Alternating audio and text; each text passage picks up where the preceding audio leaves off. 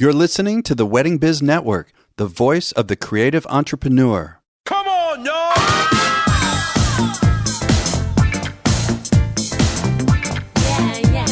Hey everyone, it's Andy Kushner, host of The Wedding Biz, and this is a re-release of an extremely popular interview that I did back in 2017 of David Beahm, and it is still quite apropos. Enjoy this wonderful conversation. So David, this is quite a contrast, seeing you. Welcome to not New York City. Because the last time we saw each other in person was at your office in New York City. Mm-hmm. And here I am at this beautiful farm, Thistledew. Am I saying it right? Thistledew Farm? Yep. Yeah. Which came from Thistledew. How's that?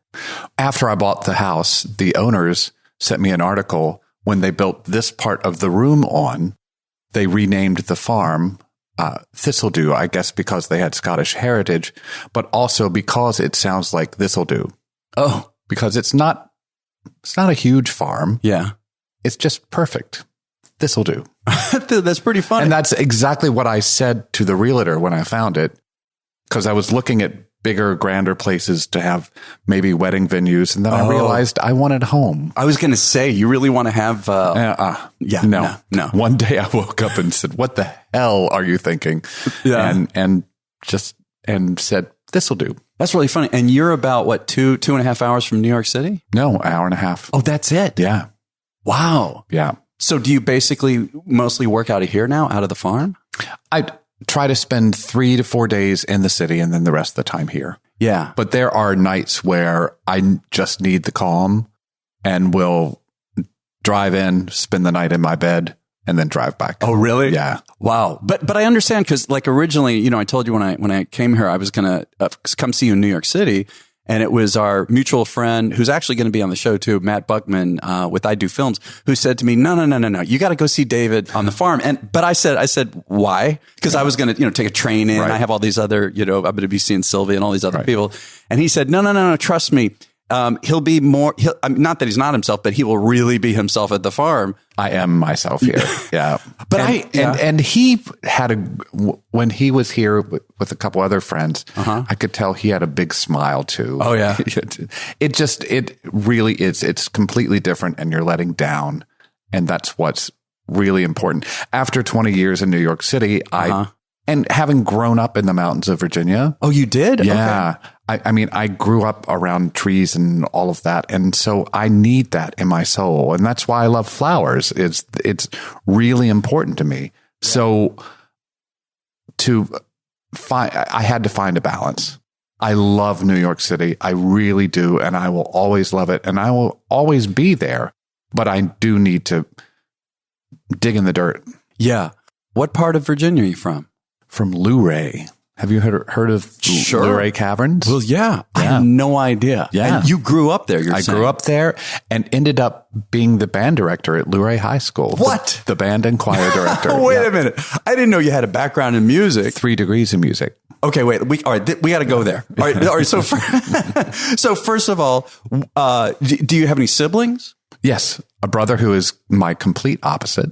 How's that? Well, who's wonderful, but and you're not wonderful. Well, a fireman and proudly a redneck. Oh yeah, yeah, and family man.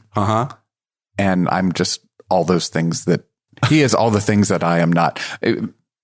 Dad was very happy when he wanted me to be a fireman and a hunter, and that wasn't going to happen. What did your father do?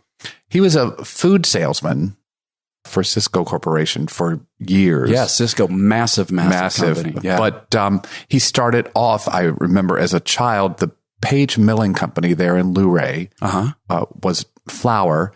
And actually, it's where Bisquick was started. It was born in there, and they sold the rights for $3,000. Whoops. Yeah. But so I remember being in the mill with the huge old machines going, and it was an incredible experience. So he was a salesman for them and then moved to Cisco, but I always rode around with him in the summer, doing his summer rounds, being in kitchens and meeting chefs. And seeing restaurants.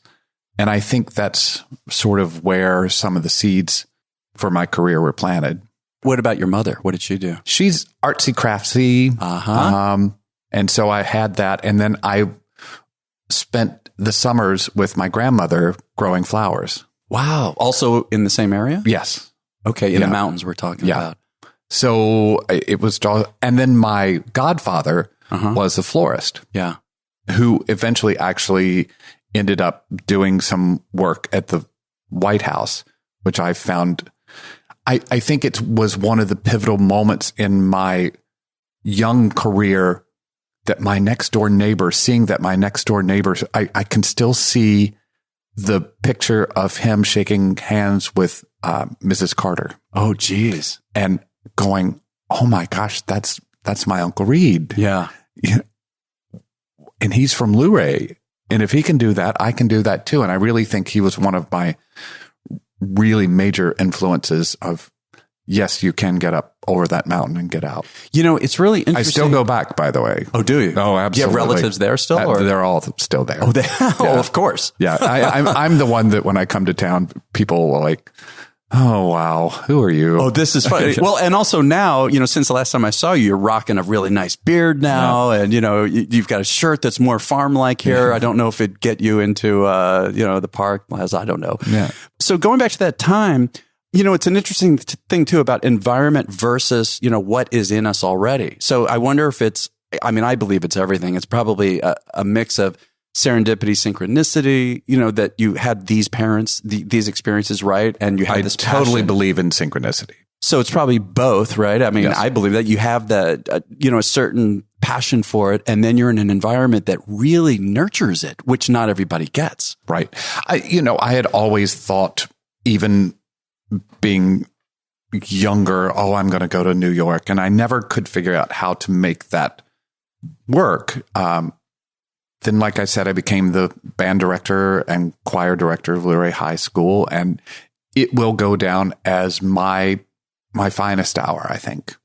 How so? What do you mean? Just because I had a whole town supporting these kids. Oh, and again, let's put it in perspective. It's a small town, so it's a very different vibe in that situation. Yeah. The community probably support. 8,000 people, and we had a community band and a community choir, and everybody supported the music and the arts program, and it made the town, and it made me. How so?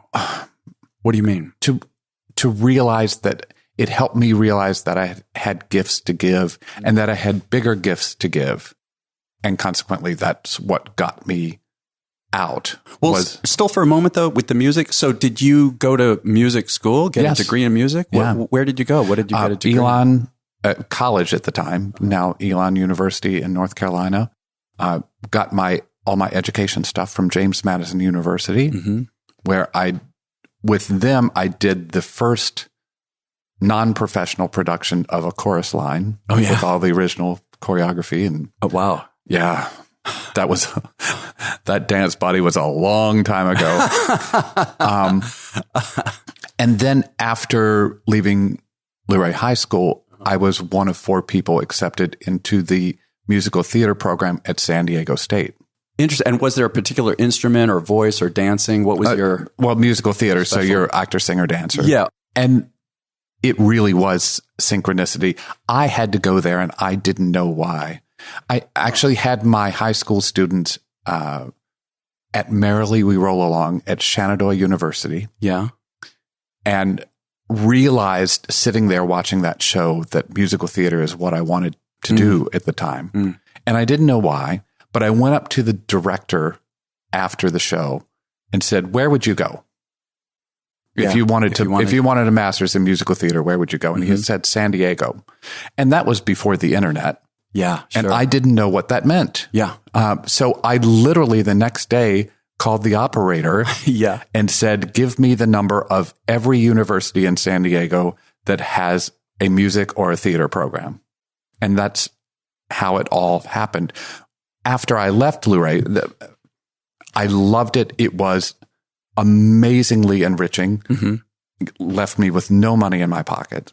A teacher salary. I think I was making $17,000 a year. Gosh, yeah. And so my band parents fed me, and you know, I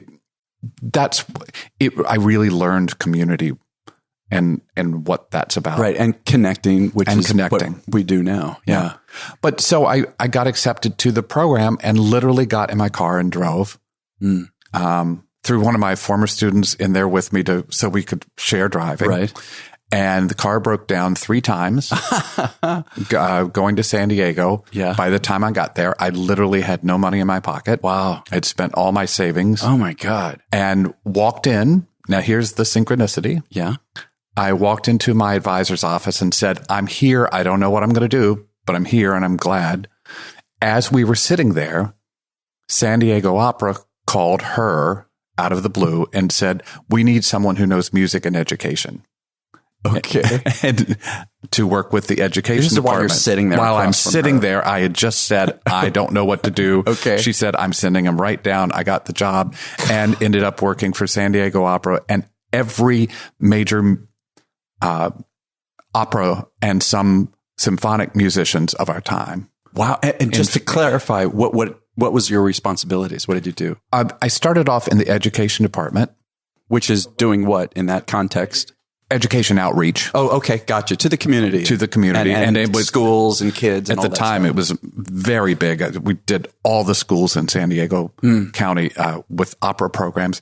And I actually ended up writing toward the end of my tenure there, writing an education outreach show that was funded and had trucks and sets. And I had a composer and I wrote the show. It's called The Magic Is You, about believing in yourself. Wow. And how, and I think that came out of this. The synchronicities that were happening in my life. You know, I never planned to be in opera. Right. And 2 years later, I was with Luciano Pavarotti. Oh, come on. And Renee Fleming and Richard Leach. Oh my God. You know, so Joan Sutherland came to my damn birthday party. You know, it really was, wow, what happened? Had to pinch yourself, huh? I had to pinch yourself, but I think it just reaffirmed that jumping. Yeah, sure. And going. Leaping off that cliff, as I like to say, with no net that you're aware of. Right. And the net's going to be there. I believe that too. It appears. Yeah. And so it really helped me. And I think that's why I love telling my story and talking about this like at Engage, is that leaping is huge. Yeah. Yeah. It's a very, very scary thing. But at least for me, I all I do is leap. You know, it's interesting. Yeah, you know, people say, probably you've heard it too, right? Oh, you had a lot of courage to do that. But it's almost not courage because they don't even think about it. You just do it. No, I don't think it was courage at all. I think a lot of it was ignorance of just saying, I don't know what's going to happen, but I know that this has to happen. Yeah. So what happened from there? What was the transition from doing that to whatever you did next? And what did you do next? Well, because I had the degree in musical theater, I was like, well, maybe you should use it. I got a television show in Silk Stockings. I'm the butler on Silk Stockings. Okay. Believe me, if you don't remember it, you haven't missed anything. Okay. And my agent said, you know, you've got to be here in New York. And I knew it wasn't going to be LA. Oh, for things to really start to happen. Yeah. Okay. Why not LA though? I mean, that's film and TV. Because LA is just not me. Okay. That's me. Why it wasn't. Yeah. And I know I don't have a television look. Okay. You know, I've got to be, I'm not saying I'm ugly. I'm just saying this doesn't sell on television so well. Gotcha. And I'm just not an LA person. Okay. And I really am truly an East Coast person. It was very weird and very awkward. I was living with, at the time, the love of my life. And we had a very beautiful, wonderful life filled with friends and lived on a canyon and with the two garage and cats and the whole thing. The whole ideal life. Yeah. And I went home one day and said, I have to go to New York. And he said, yes, you do, but I'm not going with you. Whoa. Yeah. But everything was going well in the relationship too? Absolutely. So absolutely. how But I knew that I started looking at where I was in San Diego. And while it's a wonderful town, actually, Ian Campbell, who was the artistic director of San Diego Opera at the time, pulled me in one day and said, you have hit it here. There's no more. No more. Yeah, I was going to say, there's nothing more you can do, right? He said, really, you must get out. But for him, I mean, and you're in this relationship, for him to say, I'm not going, I'm not to get too deep into what that was about, but I can't imagine. Well, neither one of us could at the time. But he was a true West Coast person. I'm a true East Coast person. So in a sense, you both were realizing the essence of each other. You're just not going to grow in the same direction ultimately. Right. Okay. I couldn't see me 20 years. Got it. Yeah. At that same place. That, and even that, the word courage, that takes a lot of courage. It was. What a leap. That's a leap. Horrible. I mean, so you left and you're going to this dream of New York City and pursuing your career in nutrition, and you're depressed. And $800 in my pocket. Again? Maybe you had an issue back then with holding on to your money. Well, I always have an issue. Just ask my CFO. So, all right. So you come to New York. Now you have an agent, you're saying at the time? I did not. Oh, well, not in New York City. Right. So you came just kind of, you really took your resume, your headshot, and you went for it. I stayed on a friend's floor for the first few weeks. How old were you roughly? I was 35. Whoa. Yeah. Okay. We're talking a bigger leap now. Yeah. Did you feel scared at the time? Or again, was it more like, look, there's nothing, what am I going to do? This is it. I mean, do you remember? I think that failure is not an option has always been in the forefront. Mm-hmm. And have I failed in things? Absolutely. And I hate to sound cliche, but I've learned from what didn't work. Of course. I don't know that it was ever failure. You know, like I started this David Beahm studio where we were going to do a lower priced flower line, a prepackaged flower line for brides, and you just come and pick it up, and it just flopped. Yeah. There was a lot of money in advertising and marketing for nothing. Why do you think it flopped at that time? Because I wasn't being true to myself. And I didn't like the product. Oh, you didn't believe in it yourself. Yeah. Okay. So how could I expect creating a it to work? business for the sake of a business? For how can we get more money? And, look. Boy, it's hard to balance that. It is so hard because I love what I do, but I do it in New York City. Mm. And my cost is not anything I would ever dream that I would have. I say right now, I have to have $250,000 in sales per month to open the door. Wow. Ooh, that feels like some pressure. That's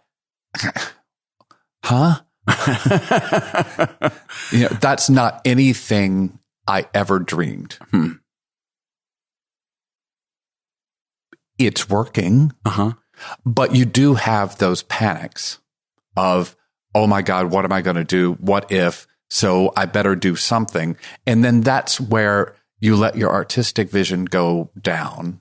When you get too caught up in the business you're saying, and the fear and letting it really sink in and with its tentacles. And that is the worst thing.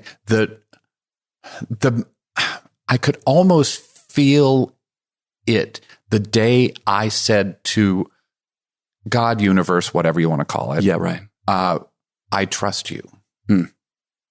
And know that as long as I listen, I'll be fine.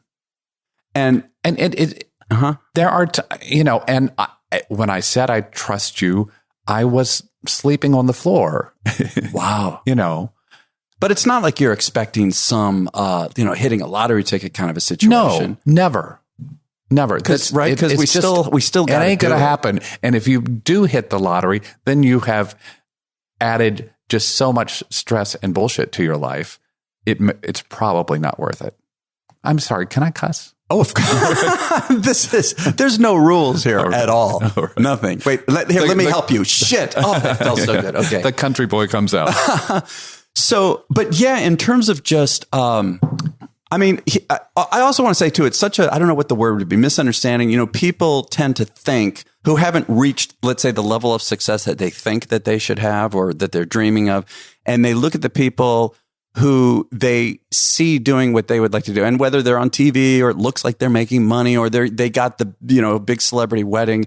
And I think people forget, and I used to be guilty of this too, that if anything, I would say those of us who have so much success have had an enormous amount of failure as well. And that might even be what it takes to really go so high, is to be able to go so low, to have experienced that. You have to have experienced the low. I always tell this story. I did Michael and Catherine's Michael Douglas, right? I did their wedding, and so I must have been fabulous, right? Of course. And you got a lot of coverage. Got a lot of coverage. At that time, I realized I could go any airport in the world and go to the magazine store and pick up a magazine and see my name in it. Right. And that was weird. The week after that wedding, I actually went up to Weston Priory up in the mountains of Vermont. Yeah. And just to get away. I called the monks and I said, I got to come up. And they're like, come on up. And it's a silent retreat. It was wonderful. So all of this was going on. I was suddenly overnight a celebrity florist or whatever that was. And House and Garden called and said, you must have a fabulous apartment. May we come and photograph it? Yeah. Oh, no, I possibly couldn't, because I was literally on a futon in my back office. That's great. That's fantastic. The night after Michael and Catherine's wedding, I and my cat cuddled up under. There was no heat in my studio at night. It only came on during the day. The landlord, Sandy, was a piece of trash. And the wind was blowing through. It was November. Yeah. And you had just done this outrageous Here wedding. I was, the toast of the town. Yeah. And under 3 quilts with Vivian the cat. And going, wow. That's reality. Yeah. Well, and that's not uncommon. Like, in the music business, for example, a lot of people, but like recording business, if you're doing really well, you get in advance. Usually it's spent on the recording and all this other stuff. A lot of these artists who have these major big hits at first, nothing's changed. I think Ed Sheeran, who, as we know now, multi-platinum artist, I believe he was couch surfing for still a long time. Yeah. But let me go back. I definitely want to come back to this, but I want to understand how you got from moving to New York City with no money, no agent, not a business yet, to getting to the point where you're doing Michael Douglas's and Catherine Zeta-Jones wedding and all these others. You have an enormous resume here. What happened then? Realized that by the time between the time I moved to New York City and Catherine and Michael's wedding was 3 years. That's all? Yeah. Whoa. So I got to know the story. Yeah. So I got there, used my opera. I had laid a lot of groundwork while I was at the opera of, hi, I'm coming. Can we talk? So I just spent a lot of time talking to people and seeing where the jobs would be. Up front, I moved to New York to be a Broadway star, and I haven't auditioned since I got there, period. Okay. I got there and just said, no, this is not what I want to do. Wait a minute. When you arrived, you figured, all right, so wait a minute, I want to get this straight. You went there to audition, be a Broadway star. Yeah. What happened? What was that moment? I just got there and realized that I don't take direction well. And I don't take not being in control of my destiny well. And you have to... I relate to that, sure. As an actor, you must be able to completely surrender who you are to a director. And I'm not willing to do that. But still, how did you know that? I mean, just maybe from you come to the city and you see the skyscrapers and tons of people, and all of a sudden you just kind of like, whoa. Well, and I also realized that while I had the degree, I wasn't ready yet. The look wasn't ready. I didn't have anything to sell. And this is after you arrived with no money. So what the hell did you do then? So I used my opera connections and became the company manager of New York City Opera's traveling company. Wow. And immediately went back out on the road with La Traviata all over the United States. I got to sit through the first act 98 times. Oh, God. Wow. Li Beahm, man. That was a really wonderful thing because I had to be businesslike, but using my artistic and my opera connection. Yeah, this is a real. Now you're really combining all the skills, and you're learning. You're seeing business in action of art, and you're literally. I had 3 buses and 2 tractor trailers on the road, 24 hours a day. The tractor trailers would travel. It would pack up the sets at night and travel overnight on a bus while I put the staff in a hotel, slept. We would travel during the day, pull up, sets would be up, staff on or crew on stage, perform, and it started all over exhausted again. just listening to that. You can't imagine. And quite frankly, it taught me how much of a businessman I'm not. How? What do you mean? In what sense? Just in the numbers and the figures and I am more creative than a businessman. I got off tour. How long was this? Months or a year? 4 months? 4 months. Okay. Yeah. Got off tour. Went in to the director and said, this isn't for me. And he said, no, it's not. That's great. No. Yeah. This is a good idea. It's okay. Goodbye. Yeah. All right. Yeah. And I was fine with that. Started working with a florist who was popular. Then I said, so what do you want to do? You can work with your hands. You have flowers. Working at my godfather's FTD shop growing up gave me all the basics that I needed to know. I knew how to make a corsage. Right. You got the foundation. Yeah. I can make a funeral arrangement. I can make a corsage. Now I know who to call. Yeah. And so I said, what do I do? So I got a job with a very unpleasant florist who shall remain. Come on. No. It's only you and I, David. No, she's 2 of us. She's already out of business. We've narrowed it down. Yeah, she did herself. And she's out of business. Yeah. All right. Somebody Google. All right. Well, she was on the American Express face for a florist and then put it up her nose or something. But I digress. So ended up helping to manage seasons on 53rd and 8th. Gerald and Danielle are wonderful people, and I learned the retail side of the business. Okay. And had survived 2 Valentine's Days there. Yeah. Boy, that's like a something. vault. Yeah. Yeah. That was good. Mm-hmm. And then I was on this thing called AOL. Right. When it just came out. Okay. And on it in what way? What do you mean? Well, just in a chat room. Yeah. Oh, I remember the chat rooms. Yeah. And ended up talking to this guy who was down the street about yoga and tantra and just chatting. Yeah. And he said, well, we're close. Why don't we have dinner one night? So we had dinner and it ended up being Philip Balloon. Who was crazy. One of the grandfathers of the special events industry. Yeah. We were talking and he said, I'm looking for a head florist. And come on. I said, this is great. And just for the record, I did not date Philip Balloon.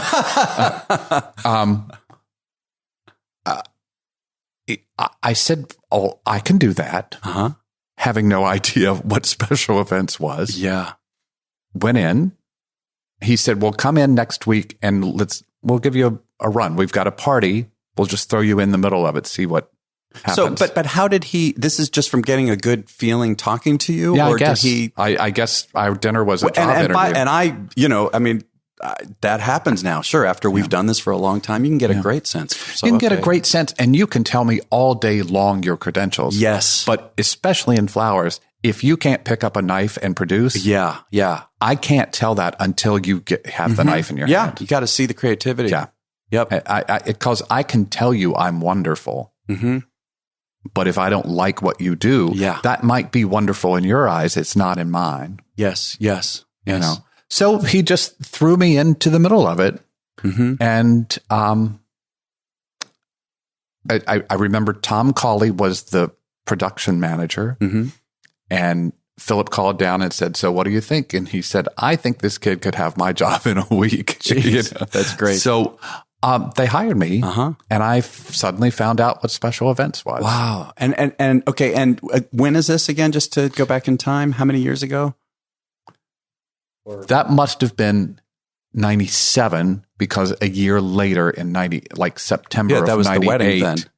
Well, no. So I told you wrong. It wasn't 3, it was 5. Okay. Because 98 is when I started the thing. And then 2001 was the... Yeah. I'll still say for the record, 5 years is still pretty good. Yeah. Especially where you came from. Yeah. In so many respects where you came from. And, you know, I don't love the phrase fake it till you make it, but I've faked it till I made it. Yeah. Well, but that's interesting because I think there had to be something within me that people saw, and something within my taste level that people saw that I didn't know was there, that they saw and helped make me successful. Well, but what I would add to that too, David, is in terms of faking it till you make it, I believe that it's more like faking confidence. It's not that there's not I could accept that. Some gift or skill that's been developed and passion to do it. But I think that's a part of it. It's just not known yet. It's faking a confidence in a sense. Well, and I just didn't realize how much I was learning from the FTD shop, from being on stage. You know, so you didn't really know. You didn't really know what you had, which is of all of us, I think, have that. You know, I mean, certainly being in music, being a band director. I think that's what got me the job at City Opera. They said, what makes you think you can do this? I said, have you ever taught high school band? Yeah, I can do this. Right. Oh, and talk about the heart, the soul of musicians. I mean, it's beautiful, wonderful. It's also, these are some really complicated people. Oh, I can tell you stories. I mean, emotionally, you know. I can tell you stories. Oh, yeah. I want to be sure you know the wonderful news of our latest show, Stop and Smell the Roses, with acclaimed lifestyle and event design expert Preston Bailey. Not only will he share the secrets, tools, and technologies behind his extraordinary ability to create a theatrical environment out of any space, you will also discover more about the man behind the magic. Preston will reveal how his focus on personal growth has been the root of his professional success, and you'll have the opportunity for him to answer your questions along the way. Plus, Preston will be inviting onto the show many of the star celebrities he has worked with in the past, so you don't want to miss a single episode. We also have another great show on the Wedding Biz Network, The Business of Being Creative, with host Sean Lowe. Since debuting last May, his show has really taken off, and he's continuing to bring you the creative business advice he's shared with accomplished industry notables. Be sure to take advantage of Sean's talkback opportunity by recording questions and comments from right there in each episode's show notes. So, if you are a creative who is turning your craft into a business or want to take it to another level, head to theweddingbiznetwork.com and take a listen to Stop and Smell the Roses with Preston Bailey and The Business of Being Creative with Sean Lowe. That's theweddingbiznetwork.com. So you're working for Philip. You're being recognized for this. You've learned a lot. Then how does it go from there to starting your own business? Well, I worked for someone else who shall remain nameless for about 3 months, and finally another florist, another special event. Person. Yeah. Gave it about 3 months, and I was just getting frustrated again. And my friend David Quintavalli said, whom I met probably 6 weeks after being in New York, and we just became friends, just said, "Hun, why don't you start your own business? If you need a net, we'll be here to help you." He and his husband, Michael, at the time, said, "We'll support you." Wow, that's wonderful. And so they helped me get my stationery together and stuff. Yeah. And then later on, when the world fell apart at 9/11, David stepped in and helped me write grants to help me keep afloat. Wow. Yeah. And so, I have certainly not done this alone. Yeah. At all. Sure. So I just left where I was and started the business. I hope this time you had a little bit of money saved up. No. Still not. Yeah. So how did you do it? I mean, I had how did you do it? A railroad apartment on 43rd and 9th. And let's explain to people who don't know about New York City. I mean, this is, you're saying 2001. Well, okay. I think by then it was already getting Disneyfied. Yeah. Right. So, well, by 2001, I had a workspace. But in 98, one night I slept under buckets of lilies. Yeah, that was the transition. Buckets of what? Of lilies. Casablanca lilies. Yeah. I woke up gagging. Casablanca lilies. Just that will wake you up. Even I know that. Yeah.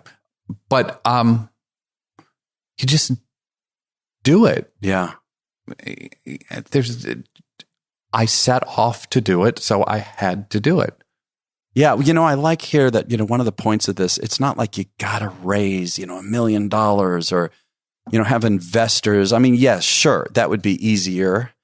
And I understand now that is an easier way to go about business. But maybe we don't learn as much doing it that way You either. certainly don't. Right? Because you had to do everything. I have people going, well, could you teach me special events? Well, no, I can't. You've got to know that a 60-inch table takes a 120-inch cloth. I just learned something. Okay. There's all that stuff, the ephemera or the not ephemera, I guess. What is the opposite of ephemera? Oh, geez. Just all the base knowledge before you can be creative. Yeah, sure. You really have to give all that time. It can't be learned. It has to come to you. To learn the foundation and actually do it yourself enables you later to be able to choose the right people and to manage them and to train them. And yes, we move on to other tasks, maybe as executives to the higher level, but yeah, we got it. I used to carry, David, way back when I'd first started just a wedding band, I carried all the PA equipment. I loaded it from my garage into my car. I drove it. I unloaded it. I set it up. I talked to the director of catering. I met the client. If there's a party planner, I led the band. I played the horn. I ran it. I then broke it down. I can't, I don't know how. Yes. But also I understand what my teams are going through, right? To a certain degree. Huge learning experience. And that's what it's all about. We can't come up with a proposal without knowing what it takes to get it from point A to point B. And boy, as you well know, especially in New York City, it's a whole other ball of wax. Totally. I mean, it's exciting. I love working in New York City, but I actually bring a different support team, and and it's different. It's very different. So then what was the first, if we call it quote unquote success, what is it was there one particular event or was it gradual and slow, small events? What brought you to the point of being able to get like a celebrity wedding? I don't know that I know this answer. I just kept going. I made sure every F&B manager in New York City knew who I was. Yeah. Food and beverage. Yep. Yeah. And just said, "Hi, I'm David. Hi, I can do this. I can do this." And they just started to get familiar with you in a sense. And because I was the new kid on the block, did I give stuff away a little bit? Yeah, to get my foot in the door. Not proud of that. Yeah, because it's not a great business decision.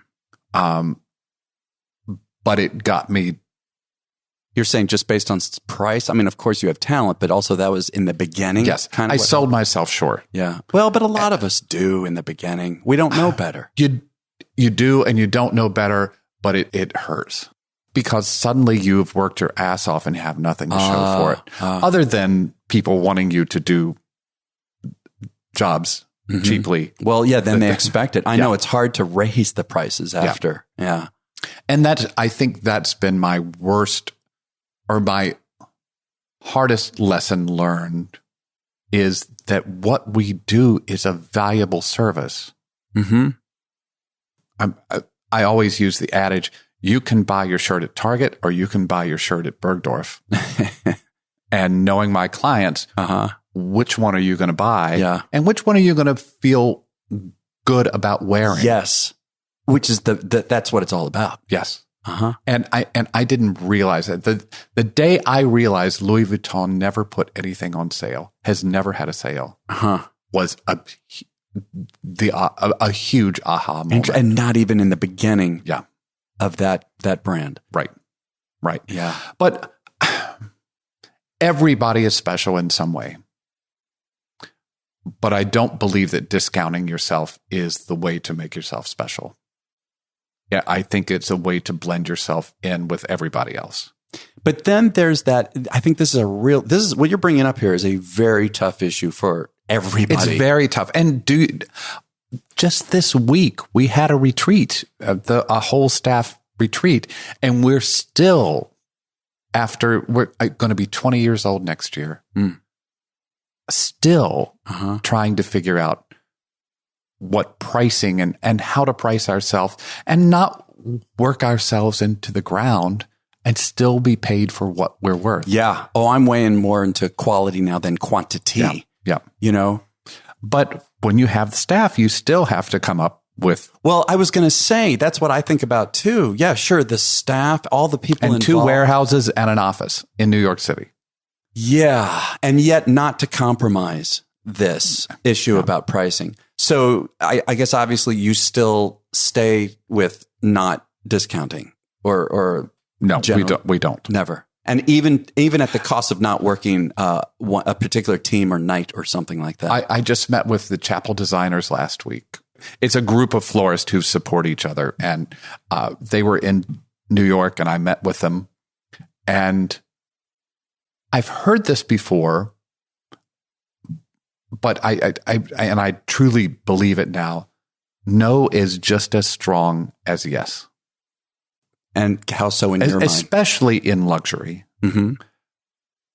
No, this is what I stand for. I'm not going to compromise myself for your price. So you're weeding out, you're getting the clients that you don't want for your particular business brand.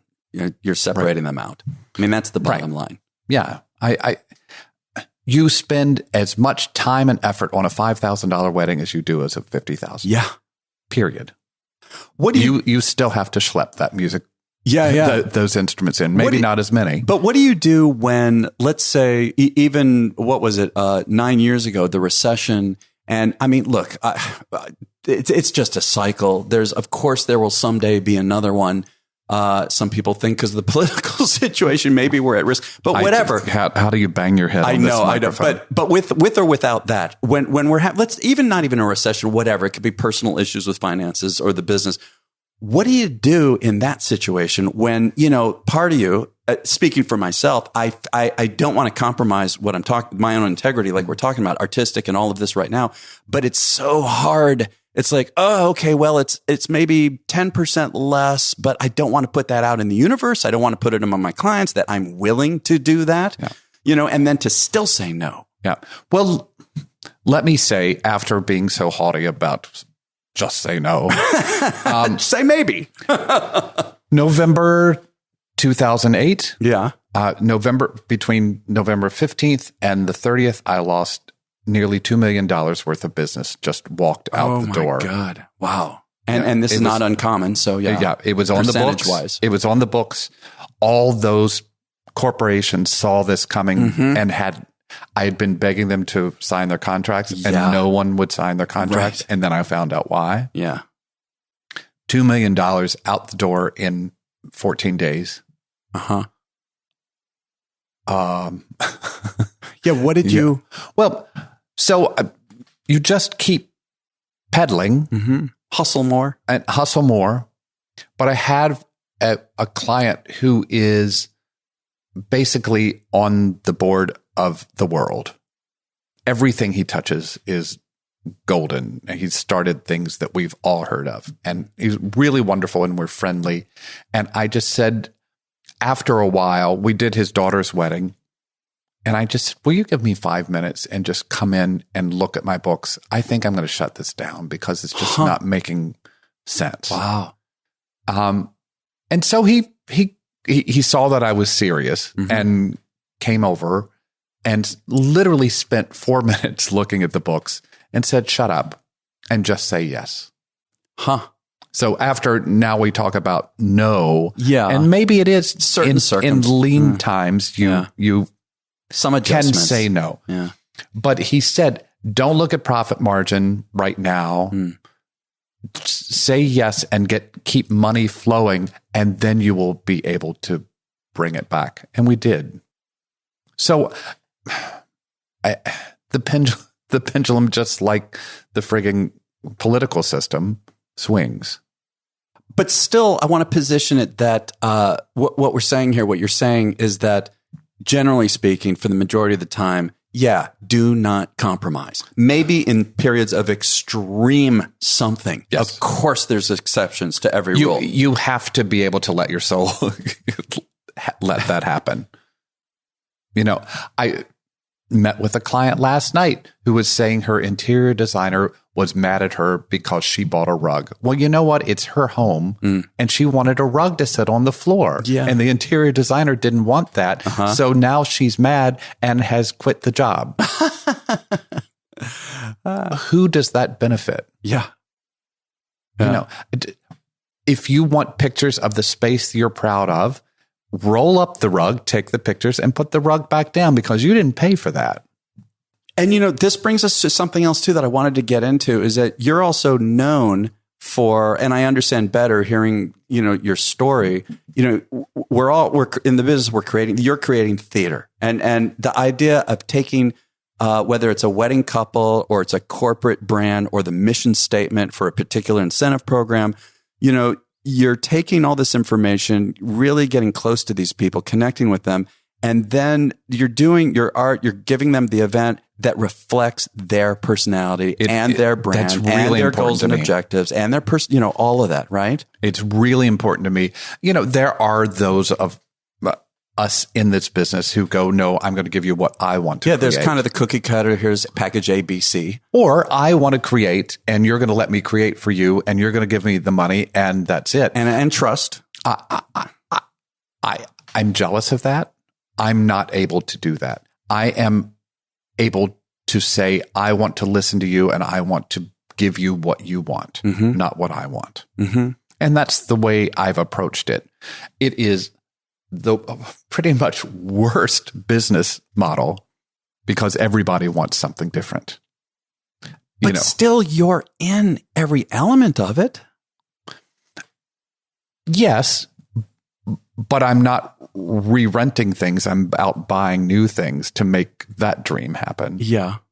Because I'm in the business of stuff. I've got so much stuff. Sounds like a George Carlin thing. I love George Carlin so much. But we are, look, this is pretty stuff, but you don't think it's as pretty as this stuff. So let me get this stuff and bring it in. And now that you're done with this stuff, what do I do with this stuff? I'll put it in my stuff warehouse and then hopefully remember that it's there. Right. But I'm also paying rent on that stuff. It's a conundrum. Yeah. It's a conundrum. But I really love what I do. I love that you don't know who is on the other line when the phone rings. Yeah. And that's what keeps me in this business. I think that's why I got out of theater is that knowing that if I were successful, I'd have to do the same show every night. Yeah, sure. And be the same person every night. Yeah. Right now, the way it's worked out, I can be Farmer Dave. Right. Or I can be pissy New York designer. So you can put on that hat too. Yeah. And it's really I enjoy wearing a suit, but I also enjoy wearing flannel. Yeah. Yeah. And that's what keeps my soul alive. Isn't there also, there's a fun challenge to it. I mean, I understand what you're saying too. I mean, we all have clients, right? Where yes, they're saying, using your words, I want you to use it with this stuff. And you're thinking, oh, geez. But I have this stuff.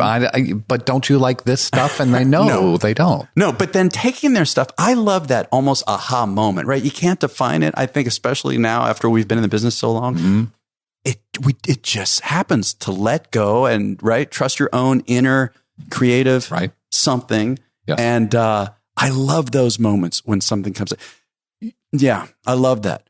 So what now, after all of this experience that you've had, how do you stay inspired? I know we're talking about aspects of it right now, but what now inspires you?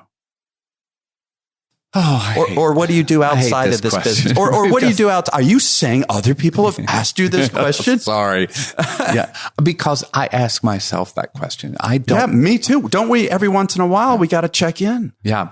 I don't know what inspires me. I certainly travel. I mean, being here, the farm. I mean, watching nature unfold here has been slows you down. So don't you think it slows you down so you can see more? Well, it slows you down, but also I look at the way nature combines colors. Okay, yeah. I have my own assumptions, but you tell me what you mean by that. Well, just watch the color palettes move through the seasons. Yeah. Yeah. Think about it. The spring palette is a spring palette, and that's why people call it a spring palette, because nature gives you those colors. And that's not the same as the fall palette at all. Yeah. It's richer and deeper and earthier, whereas spring is more ethereal and more color has emotion, and nature will teach you that. And just to be here and watch it, that meadow out there, watching what it does day to day. Oh, yeah. The flowers don't change. The light changes, and the weather changes, and the wind changes, the direction of it's wonderful. Traveling, certainly. I have the great fortune now to travel a lot, either for speaking or for business. Like where? Can you name some places recently that have really just blown you away?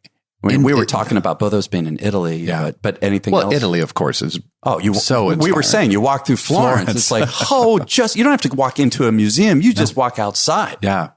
Yeah. It just walking around. So inspired. So inspired. Yeah. Yeah. But like the colors of India, I got to spend 10 days in India, and just the swirl of color. What part of India were you in? Rajasthan, and then up to Delhi. Okay. And are you talking about people's clothing in particular, architecture? Everything. They live in pools of color, just from the shops on the side of the road to the beautiful saris and the beautiful clothes. And it's in their architecture and inside in their paintings. They're just more vivid colors. Yeah. And I realized, look, you open up Architectural Digest and see these muted tone rooms. They're very beautiful and they're very calm, but they don't have vibrancy and they don't have life. And I think that's probably, especially in New York and in cities where you find the muted tone rooms, you want to get away from the swirl of vibrancy and go home to calm. I get to come here. You notice I've kept this room pretty neutral so that I can see what's going on outside. I mean, I have neutral in my place too. I didn't think of it that way though. And I get it. Right. It's interesting. There is one of my components. And I want to say, so we're surrounded pretty much by glass in your place on like half of the. But it's area. Glass and dark wood. So you just see what's outside. Wow. Love that. Yeah. Yeah. And so that my emotions can be outward and not inward. I have a friend who does what we do. And his apartment is a swirl of color, and I couldn't sleep in there for one night if I had to. Why do you think he does that? Because he lives in a swirl of color. Well, his personality must be very like... He is. He's very electric all the time. I couldn't do it. I have to have the ups and downs. Yeah. So that's why I love travel. I travel into it and then I'm out of it. So I want to stick with that for a minute because you touched on something right here. I've been traveling a ton too. You know, I've talked about it in other shows here. I went to Maui for 5 weeks back in January, and this is unusual. I'm going to go back for a month. And normally I want to go to a new place, but I want to... Can you tell me your secret? How did you... Yeah, we can talk about that. But I want to experience going back to a place where now I know the place. What is that going to feel like to settle? You know, like muscle memory. I'm there. I met the most interesting... This is an interesting thing. Maui is such a stunning, beautiful island. I mean, you know, like here, you're surrounded by nature, right? So for me, that slowed me down immediately. It kept me rooted.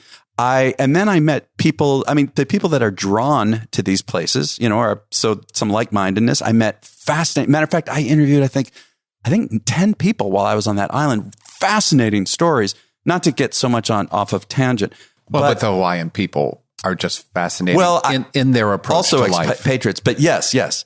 But the thing is, the inspiration that I felt, you know, I came back telling people, I wonder if you feel this way too. I come back from a lot of these long trips, so inspired and feeling changed. I mean, some friend of mine said, well, you know, I don't know if you changed, maybe you've evolved or whatever the word is. I don't care. I felt different. Since then, it's now been a month and a half, 2 months.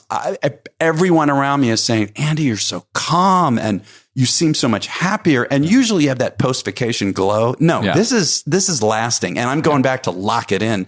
But in terms of us traveling and you, David, so do you travel? Is it you set up these for fun, or are you always building it around business? Then you stick around. How are you working out these? What is your travel like? I rarely travel for fun. It's usually business. You connect it to it, but I always try to bookend it with time, just some time. Okay.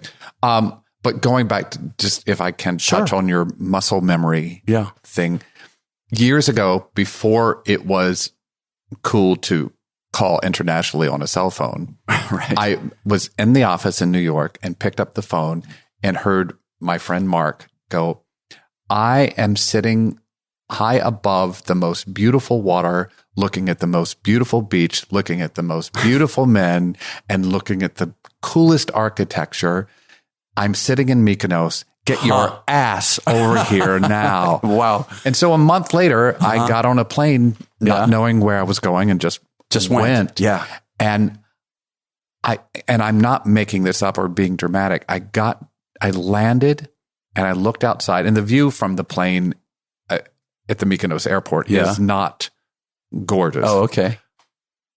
But I started to cry because I knew I had found what I was looking for. Oh, I could relate to this so much. I knew that I'd found a place where I could stop. And I had never stopped. Wow. I had never, growing up, we just didn't take vacations. We didn't do that. I wasn't from money where you could just go. And so this was the first time I had ever allowed myself to stop. And I didn't have any timepiece. Yeah. And I had books. Yeah. And I didn't do anything. And that became a muscle memory that I'll never forget. And I booked my room in Mykonos this afternoon. Oh, great. So you're going back. Yeah. You relate? Well, because I love it here. But when I'm here, I work. Yeah. And I get that. You do need to just go someplace.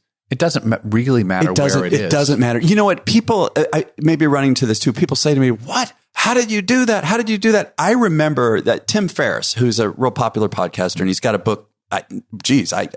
He should pay me for this 4-hour work week. But in it, he talks about. Do you know about this? I've never had the nerve to read it. Well, you know what? The nerve? Okay. I haven't read the whole thing either, but there's one part of it, and I'll never forget, Dave, when I did read this portion of it, or I heard about it, was that he talked about, instead of the idea of waiting until you're 70 or something, retiring, having all this fun, not that you don't have fun along the way, but really having fun and doing travel. His whole concept, which I fully believe in and agree in, is live it along the way. So in other words, what's the ultimate situation? Work 2 months, take a month off, work whatever, a month and a half, take off a month and a half, whatever it is. And I remember though, when I read that, I thought to myself, well, that sounds great for him. There's no way in hell I will ever be able to do it. I don't know how long ago I read it. What I said. Yeah, it's been like, so 2-3 years ago was now I'm traveling. If I don't go somewhere in 2 months, I start to go crazy.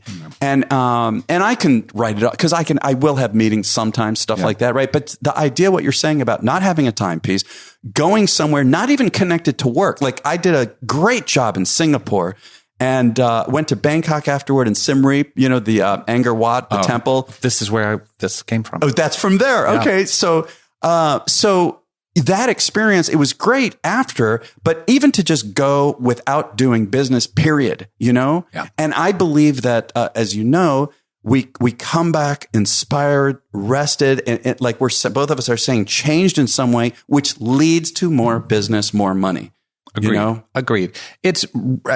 I just want to say, if somebody is in my business listening to this, it is not easy. No, not at all. It's a lot to figure this out. A lot of planning and a lot of, and having a team that can. Thankfully, I have the team who can handle that. But I still need to be the creative guy. Yes. And still come up with that stuff. Yes. So there are times when I do travel, if I'm traveling for me, they get an hour a day that I turn the phone on. And that's it. Because I cannot stop the wheels from turning just because I want the wheels to turn.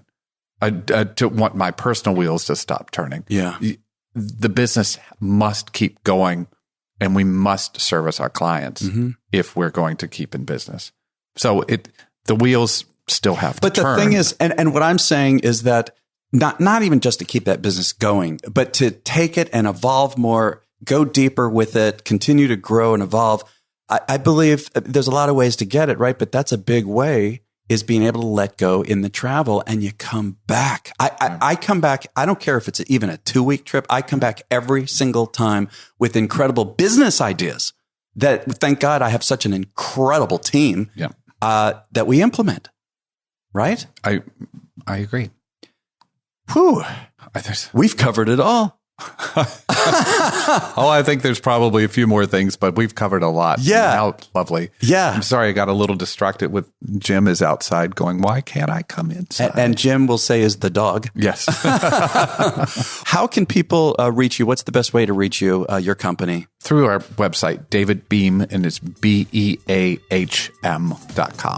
Well, David, man, I mean, obviously we could talk on and on. I'm going to have to come back here. We're going to have to do this again sometime. You are welcome back here anytime. Thank you.